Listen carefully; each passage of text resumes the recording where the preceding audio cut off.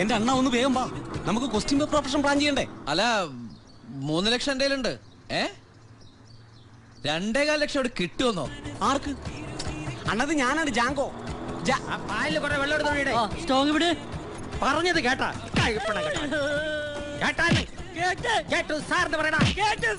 ഓ, എന്തിനാണ് അവനിട്ട് ഇങ്ങനെ അടിക്കണത്? ഇപ്പൊ തന്നെ അവനൊരു 4 ആളുടെ പണി എടുക്കണില്ല. അതിന് 8 പേർക്കുള്ളത് അവൻ ചെലുത്തുന്നുണ്ട്. അത്രയ്ക്ക് ദണ്ണമാണ് നീ സത്യാഗ്രഹി വരട്ടെ. സാറിനൊരു സർബത്തുണ്ടോടെ? വരത്തന്മാര് കൊത്തി കൊത്തി മുറത്തി കയറി അല്ലേടേ മാരി. ആരടാ വരത്തൻ? കുണ്ടും കുളവുമായി കിടന്നിരുന്ന ഈ വയല് കല്ലും മണ്ണോട്ട് നിർത്തിയത് എന്റെ അപ്പൻ അവറാനാ. അങ്ങേരുടെ പ്രതിമയായിരുന്നു ഇവിടെ വെക്കേണ്ടിരുന്നത്, അല്ലാതെ ഈ തവളയുടേതല്ല. വരുത്തന്മാര് പോലും വരുത്തന്മാര്. സിനിമാ നടൻ വരുന്നു. എടാ ഭരത് കൊടുമ്പാറേ, നിന്റെ മാവ് പൊന്നായി പോവുള്ളൂടാ. അണ്ണാ ഒരു സ്ട്രോങ് ടീ. കുടുംബാറേ, നീ എന്താ വായുപുളിക്കട ബിസിനസിന് പോയണ? ഏതാ പുതിയ പടം? നമ്മുടെ ലാൽ ജോസിന്റെ, നമ്മുടെ സ്വന്തം പയ്യനല്ലേ? ഏത് നമ്മുടെ മീശമാധവൻ എടുത്ത് ഹിറ്റാക്കിയ ആളാ. ഈ അങ്ങനെ കുഴപ്പത്തിലാക്കുക. അത് കുഴപ്പമില്ല, ഇപ്പൊ അങ്ങനെ പട്ടാളോടത്ത് ഫ്ലോപ്പ് ആക്കിയതാണ്. എടാ ഇത്തവണെങ്കിലും നിന്റെ ഓഞ്ഞ മുഖ സ്ക്രീനിൽ കാണുന്ന നീ ലാൽ ജോസിനോട് പറ, ഞാൻ പറഞ്ഞെന്ന് പറഞ്ഞാൽ എനിക്കും താണ ഒരു ചായ.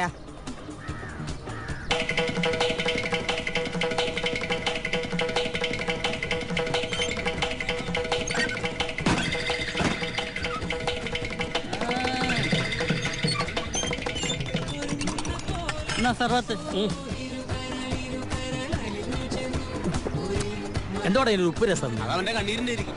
നീ പോടാ. 2 കൂട്ടം കൊടുത്തപ്പോ ഇതുവരെ ഇല്ലാത്ത ഒരു ടേസ്റ്റ്. എന്നാ ഒരു സ്ട്രോങ് കൊടുക്കണം. എന്തോ നന്നാ എത്ര നേരം. ജാങ്കോ, നീ ഒറ്റ ഒരുത്തനെ എങ്ങനെ വഷളാക്കണ? നീ പോടെ. വിട്ടുകളടാ, അവൻ എന്റെ അച്ഛനെ പോലെ രാഷ്ട്രപിതാവാൻ പഠിക്കല്ലേ. നീ +1 അല്ലേ? പോയി നന്നായിട്ട് പടി, എന്നിട്ട് നീ പ്രതിഭ പോലെ നിൽക്കാൻ. പ്രതിമയായിട്ട് നിന്റെ അച്ഛനെ കൊണ്ടുപോയി നിർത്തിയാൽ മതി. അല്ല ഞാൻ പാസ്പോർട്ട് ഓഫീസിൽ പോയി. നീ പോ. കാര്യങ്ങളൊക്കെ എന്തായി? അണ്ണാ പ്ലാനിങ് പോക്കാണ്, കടമിച്ചു പശോട്ടുള്ളതാ. കഴിഞ്ഞ തവണത്തെ പോലെ പ്ലാൻ പൊളിഞ്ഞു നിന്റെ അന്തിയായിരിക്കും കേട്ടാ. ഇത് മതലി, ഇത് ടീച്ചറുടെ വീട്, ഇത് ഹോസ്റ്റലിൽ. മൊറാർജി ദേശായി മൂത്രം കുടിച്ചിട്ടുണ്ട്, വേറെ കൊണ്ട് കുടിപ്പിച്ചിട്ടില്ല, അതും സർബത്തിലൊഴിച്ച്.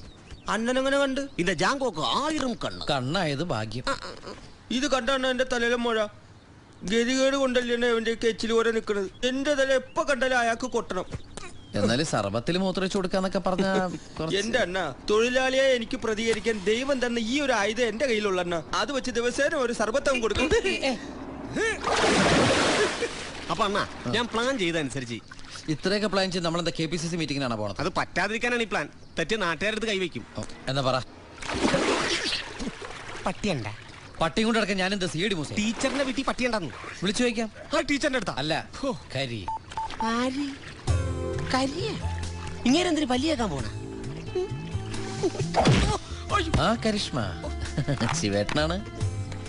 ഇന്ന് രാത്രി കൃത്യം 12 മണിക്ക് ക്വസ്റ്റ്യൻ പേപ്പർ അവിടെ കിട്ടിയിരിക്കും. അയ്യോ വെക്കല്ലേ. പിന്നെ ഒരു കാര്യം ചോദിക്കാൻ മറന്നു, ഈ ടീച്ചറിന്റെ വീട്ടിൽ പട്ടിയുണ്ടോ? പട്ടിയുണ്ടോന്ന് ഇല്ലെന്ന് പറഞ്ഞേക്ക്. ഇല്ല. എന്താ പേടിയുണ്ടോ? പേടിച്ചിട്ടൊന്നുമല്ല, പട്ടി ഉണ്ടായിരുന്നെങ്കിൽ ഒരു രസം ഉണ്ടായിരുന്നു. ഇല്ല, അയ്യോ ത്രില്ല് പോയി. ഓക്കെ, ഞാൻ മാനേജ് ചെയ്തോളാം. എന്നെ വെച്ചാണല്ലേ?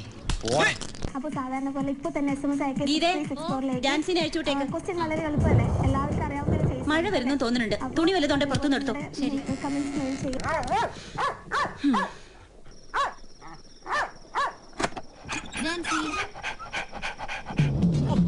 മുടിഞ്ഞ കനം. അല്ല, യൂണിയൻകാരെ കൂടി വിളിക്കായിരുന്നു. ഇന്നെങ്കിലും ഒരു ദിവസം പണിയെടുത്ത് ജീവിക്കടാ.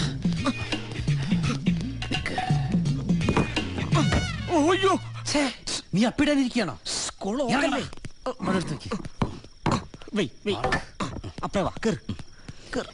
എന്താ കോവിലിൽ പോവാൻ പോണ? വേഗം കേറ് അണ്ണാ.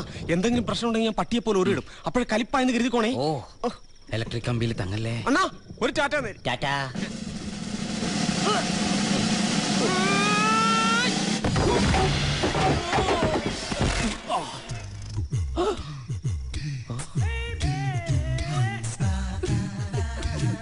പട്ടി ഇല്ലാന്ന് പറഞ്ഞിട്ട്. അല്ല, നിന്നാരാ പട്ടിയായിട്ട് കൂട്ടിരിക്കണല്ലേ? ഇപ്പൊ നീ പുട്ടി. ഒരു നാൾ നീയും അച്ഛനെ പോലെ വളരും വലുതാകും. അപ്പൊ നീ പട്ടി. ശബ്ദമൊക്കെ ഉണ്ടാക്കുക. നീ ഡീറ്റീസാ?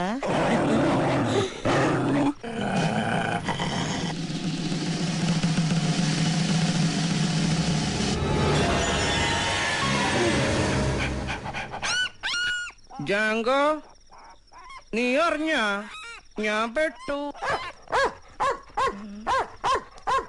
പട്ടിയുടെ കുറയല്ലേ കേട്ടത്? അപ്പൊ പട്ടി ഉണ്ടാ? ദൈവമേ, അങ്ങനെ കാത്തോണേ.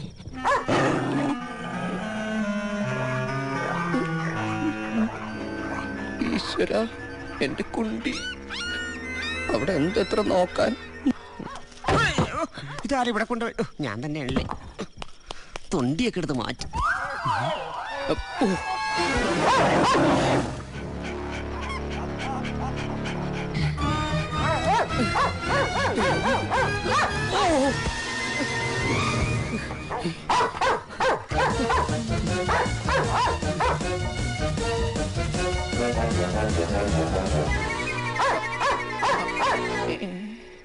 ജാങ്കോ, നീ അറിഞ്ഞ ഞാൻ പിന്നെ പെട്ടു.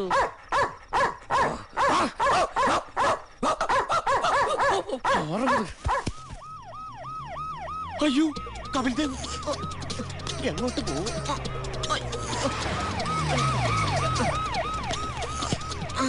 എന്താണ് അവിടെ? എന്റെ മെഡിൽ സ്റ്റംപ് തെറിക്കുന്ന ഉറപ്പായി. രാത്രി ആയാലും കിടത്തി ഉറക്കില്ലേ? ഇന്നലെ സെക്കൻഡ് ഷോ കഴിഞ്ഞ് വരുമ്പോ മൊബൈൽ ഇവിടെ എവിടെയോ പോയ പോലെ തോന്നി. അന്ന് നോക്കാന്ന് വിചാരിച്ചു വന്നതാണ്. നമ്പർ എത്രയാടാ? 0471 31,4547. മര്യാദയ്ക്ക് പറയടാ. 310447. ഒടുക്കത്തൊരു മൊബൈൽ ഫോൺ. ഇന്നലെ പോയ ഫോണാണ് സാർ. എന്റെ പോക്കറ്റിൽ നിന്ന് തന്നെ എടുത്തല്ലേ? ഞാൻ പിടിച്ചോ സാറേ. ഫോറടിച്ചാ മതി, ഫോറടിച്ചാ മതി.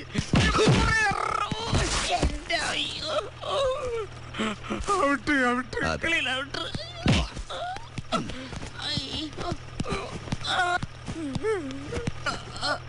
സാറേ, ഒരു മിനിറ്റ് സാറേ. എന്താടാ?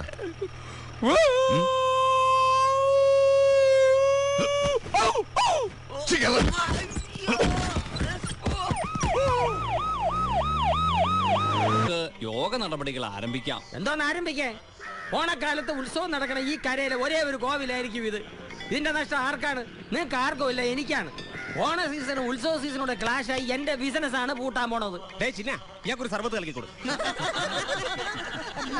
പ്രതിഷ്ഠാകാലം തൊട്ട് ത്രയംബകയ്ക്ക് ഓണമാണ് ഉത്സവം. തോമാച്ചൻ അറിയാലോ. ആ സമയത്ത് ധവളത്തെരുവിൽ ഇല്ലായിരുന്നു, എനിക്കൊന്നും അറിഞ്ഞൂടാ.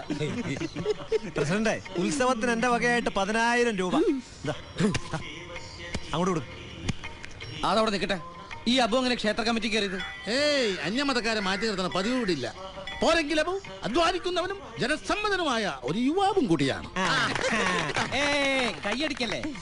കാശുള്ളവർക്ക് മാത്രം സ്ഥാനമുള്ള, കാശില്ലാത്തവർക്ക് എന്താ കസേരയില്ലേ? ഉണ്ടല്ലോ, അതുകൊണ്ടാണല്ലോ നീ ഇവിടെ കയറി എളിഞ്ഞ് കുത്തിയിരിക്കണം. അത്രയ്ക്ക് വലിയ വിശ്വാസിയാണെങ്കിൽ നീ പറ, ഈ ക്ഷേത്രത്തിന്റെ ഐതിഹ്യം എന്താണ്? എന്താ ഉണ്ടാ? ആര്? ഇല്ലേ? ശിവൻകുട്ടി പറയൂ. ഈ ശിവനായിട്ട് ഉടക്കിയിട്ട് കുന്തി ദേവി വന്നിരുന്ന സ്ഥലല്ലേ? അതല്ല, ഹനുമാനുമായിട്ട് ഉടക്കിയിട്ട് സുഗ്രീവൻ വന്നിരുന്ന സ്ഥലമായത്. ഏതൊരു പോടാ ഇളവേ, അബു പറയൂ. ദക്ഷയാഗത്തിന് പോകുന്ന വഴി പാർവതി വന്നിരുന്ന് പരമശിവനെ പൂജിച്ച സ്ഥലം. പിന്നെ സകല കരക്കാരും അറിയാൻ പൊങ്കാലയ്ക്കുള്ള ചട്ടിയും കലോ എന്റെ കടയിൽ നിന്ന് എന്നെ വാങ്ങണം. തെങ്ങ വെച്ച് കെട്ടാനുള്ള കോളാമ്പിൻ ബോക്സും എന്റെ വക ഫ്രീ. എന്തോ ഇന്ന് മീറ്റിങ്ങിലുള്ള എല്ലാവർക്കും വലിപ്പ ചെറുപ്പം നോക്കാതെ തോമായുടെ വക സർബത്ത്. നീ സർവത്ത് ഉണ്ടാക്കുമ്പോൾ ഞങ്ങൾ 4 പേരെ അങ്ങോട്ട് ഒഴിവാക്കി കേട്ടാ. ഈ മെഷീൻ വെച്ച് നീ അങ്ങനെ ഇത്രയും പേർക്ക് സർവത്ത് ഉള്ളത് കൊണ്ട് ഓണം പോലെ